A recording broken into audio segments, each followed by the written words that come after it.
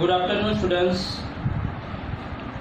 I hope you are studying well at home as we are also taking your lesson online with good care to assist you to prepare at home and giving assignment regularly, and it has been checked by us regularly.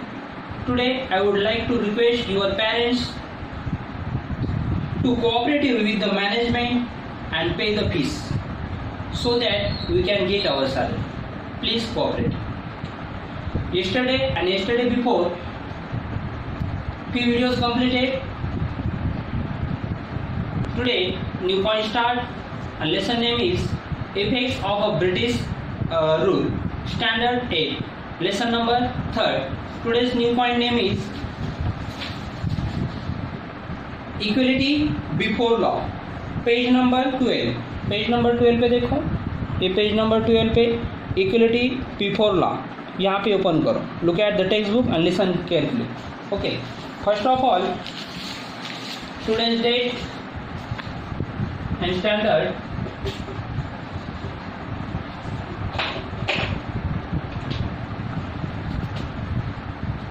Standard 8 date 21 August 2020. Subject history.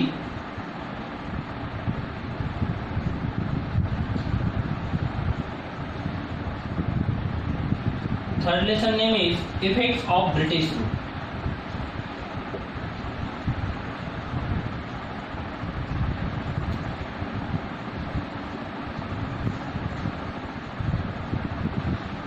British Rule.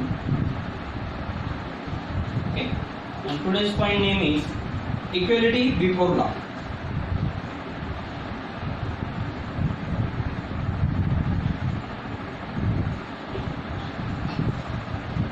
Before law.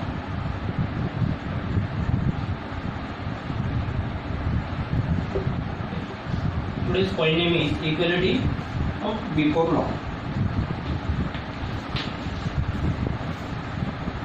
देखिए आप equality before law क्या है.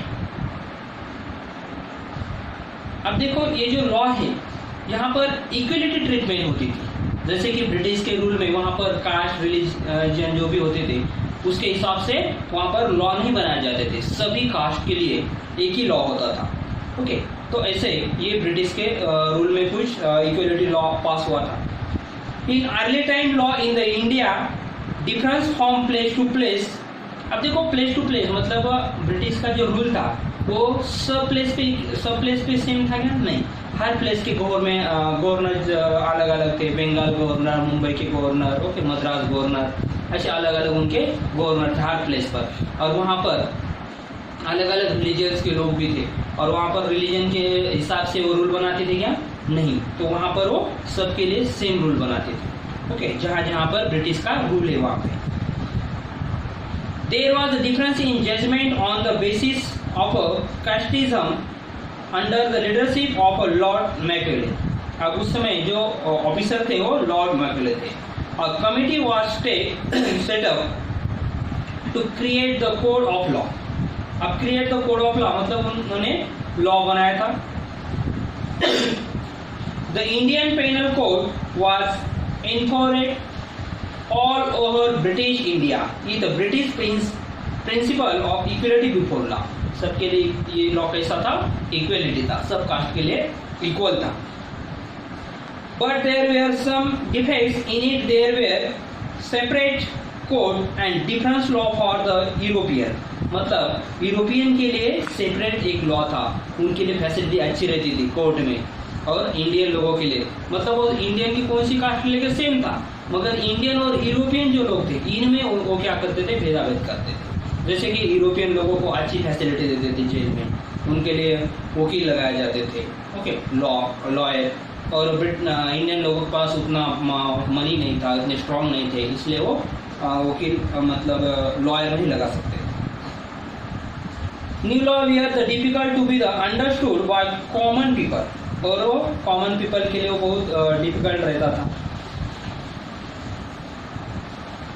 Legal case become an expensive affair for the community and the cases remained pending for years together. और ऐसे cases बहुत year तक ऐसे pending रहती थी, क्योंकि उनके पास लॉयर नहीं होते थे इंडियन लोगों के पास, वो केस को जीत नहीं सकते थे या वो केस फिक्स नहीं हो सकती थी, वो ऐसे पेंडिंग फिर वो केस रहती थी। अभी देखो कि बहुत सारे ऐसे केस है जो हमारे कोर्ट में पेंडिंग ऐसे पड़े वाले हैं जिन लोगों के पास वकील नहीं होते।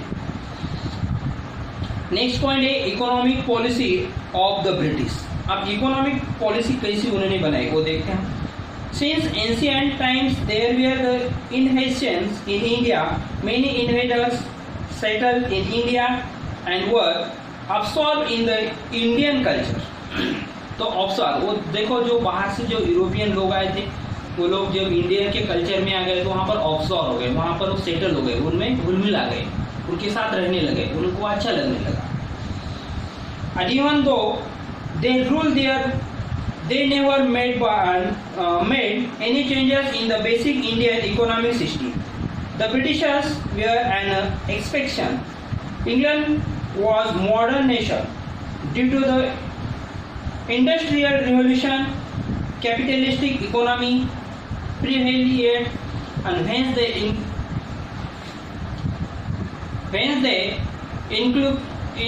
inculcated an economic system in India which was conducive to the economic system in England.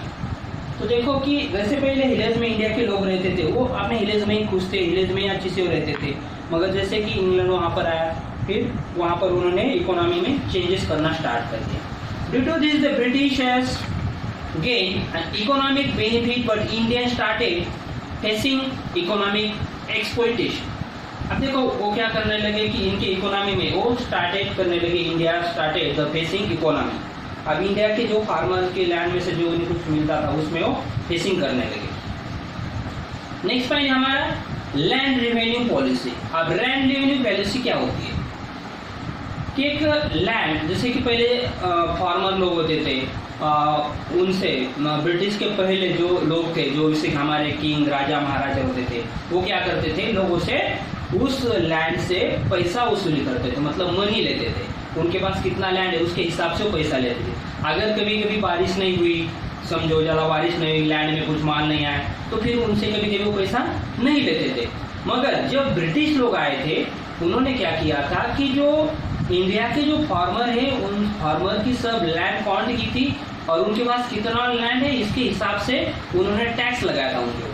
फिर वहाँ पर उसमें क्रॉप आओ या मत आओ, या उन्हें बारिश हो या मत हो, तो कैसा भी करके उन्हें वो फिक्स टैक्स देना ही पड़ता था। फिर बारिश हो या मत हो, उनको खाने के लिए रहो या मत रहो, ये वो कुछ नहीं सोचते थे। मगर ब्रिटिश के पहले जो किंग थे हमारे, वो टैक्स लेते थे, मगर कैसे लेते थे, अगर बारिश हुई, ठीक से माल आया तो उनसे वो गेन लेते थे, नहीं तो ऐसा नहीं लेते थे।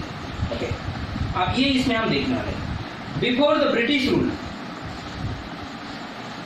बिफोर पहले ब्रिटिश रूल के पहले, the village economic system was self sufficient. तो विलेज इकोनॉमी जो थी वो सेल्फ सफिशिएंट थी, अच्छी थी। वो विलेज के लोग वहाँ पर खाते थे, वो विलेज में ही रहते थे और वो खुश थे। And through the agriculture and related services, the need of the village were fulfilled in the village itself. Rent revenue was the main source of the economy of the state. Rent revenue जो था ये main source था economic.